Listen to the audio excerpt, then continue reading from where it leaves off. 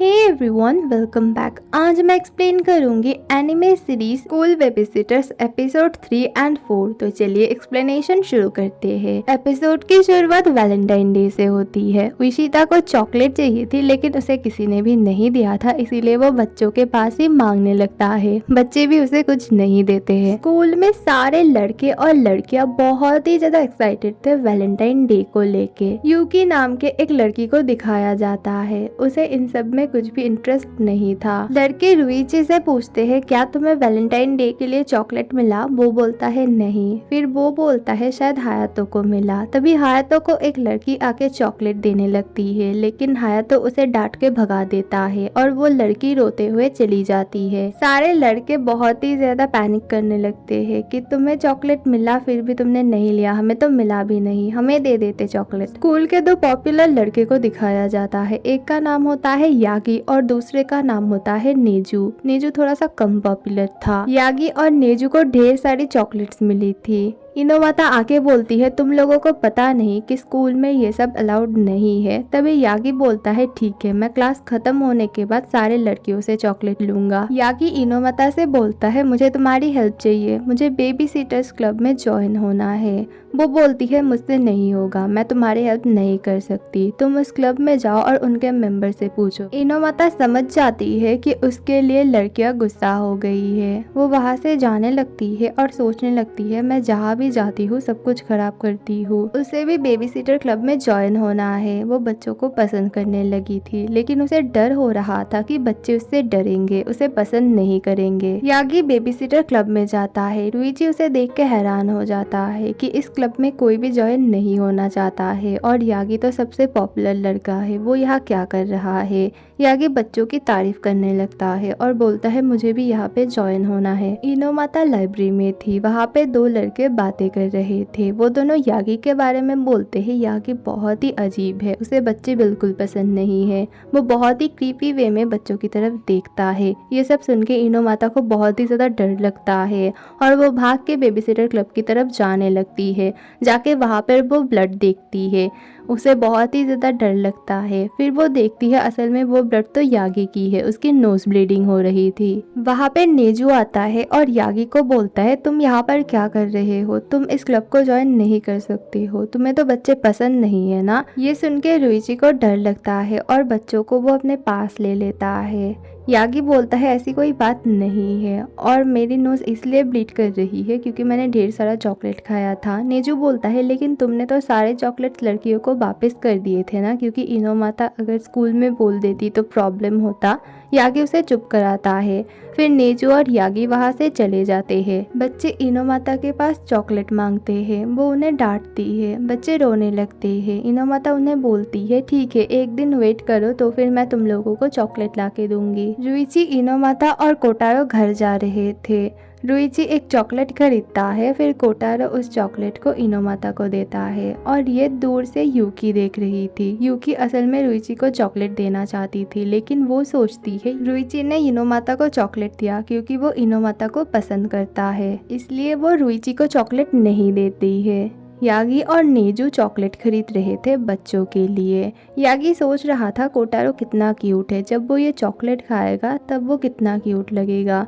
तभी उसकी nose bleed करना शुरू हो जाती है। साइकावा ने रुइची और कोटारो के लिए चॉकलेट बनाया था। वो दोनों बहुत ही ज्यादा खुश हो जाते हैं। इनोमाता बच्चों के लिए चॉकलेट खरीदती है। दूसरे दिन स्पोर्ट्स क्लास थी और बहुत ही ज्यादा ठंड थी। विशिदा बच्चों को लेके वहाँ पे जाता है और सब लोग बच्चों को पकड़ने के लिए उनके पीछे पीछे घूमने लगते हैं क्योंकि बच्चे बहुत ही ज्यादा क्यूट थे। लेकिन ये सब देख के बच्चे डर जाते हैं और रोने लगते हैं। एक अनजान आदमी ताकुमा के पास आता है और ये देख के हायातो उसे पीटता है। फिर वो बोलता है असल में मैं ताकुमा और काजुमा का फादर हूँ। ताकुमा और काजुमा ये दोनों ट्विंस थे। ये एक फेमस एक्टर कोसुके था और ये फेमस है इसीलिए ये मास्क पहन के आया था। वो अपने बिजी शेड्यूल के लिए अपने बच्चों को टाइम नहीं दे पाता था, इसीलिए वो छुट्टी लेके आया था ताकि वो अपने बच्चों के साथ खेल पाए। रुइची उसे वहाँ पे रहने के लिए परमिशन दे देता है। काजुमा अपने फादर को देख के बहुत ही ज्यादा डर जाता है क्योंकि उसने एक मूवी में देखा था उसके फादर ना किडनैपर बने थे, इसीलिए वो उन्हें बुरा इंसान समझता है और बहुत ही ज्यादा रोने लगता है। वो खुद तो नहीं खेलता है और किसी को भी उसके फादर के पास नहीं जाने दे रहा था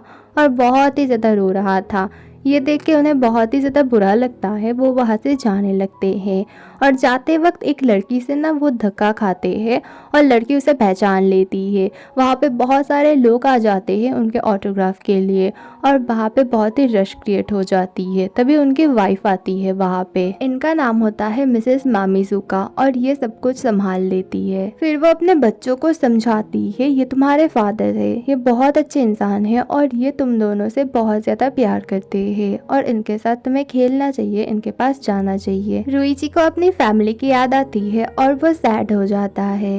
एपिसोड 4 शुरू होती है। रुइची हाई स्कूल में प्रमोट होता है। बहुत सारी क्लब क्रिएट हुई थी और वहाँ पे पोस्टर थी। वो देख के वो सोचता है मैं भी अपना बेबी सिटर क्लब का पोस्टर लगाऊंगा।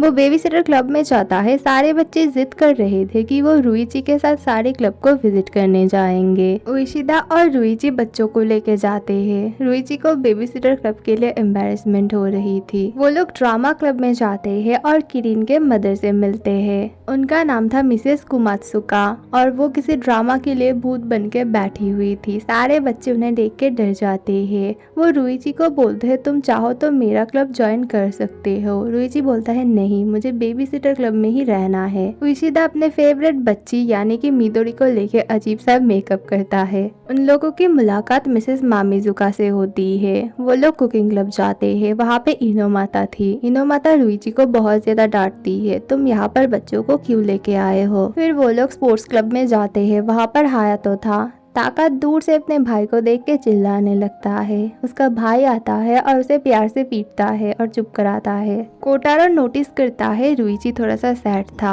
फिर रुइची कोटारो से पूछता है मुझे पोस्टर लगाने जाना है, क्या तुम चलोगे। वो बोलता है नहीं। वो पोस्टर लगाने चला जाता है। कोटारो हायातो के पास जाता है और बोलता है कि उसका भाई बहुत सैड है क्योंकि वो बेबी सिटर क्लब में अकेला था और दूसरे क्लब बहुत अच्छे थे। हायातो बोलता है ठीक है, मैं ज्वाइन हो जाऊंगा। रुइची पोस्टर लगा रहा था। वहाँ पर हायातो और कोटारो आते हैं। हायातो बोलता है मैं भी तुम्हारे बेबी सिटर क्लब में ज्वाइन हो रहा हूँ। ये सुन के रुइची बहुत ही ज्यादा हैप्पी हो जाता है। सारे बच्चे रुइची के लिए कुकीज लाते हैं और वो लोग बोलते हैं हम आपसे बहुत ही ज्यादा प्यार करते हैं, प्लीज आप हमेशा खुश रहा करो और हमारे साथ रहा करो। हायातो भी बेबी सिटर क्लब में ज्वाइन हो गया था और बेबीज के काम भी कर रहा था। इनो माता भी वहाँ पर आती और बहुत कुछ कुकिंग करके बच्चों के लिए ले आती। रुइची की तबीयत बहुत खराब हो जाती है, इसीलिए कोटारो को उससे अलग किया जाता है। कोटारो बहुत ही ज्यादा सैड हो जाता है। उसे अपने भाई के पास जाना था, लेकिन अगर वो वहाँ पे जाएगा तो उसकी तबीयत खराब हो जाएगी।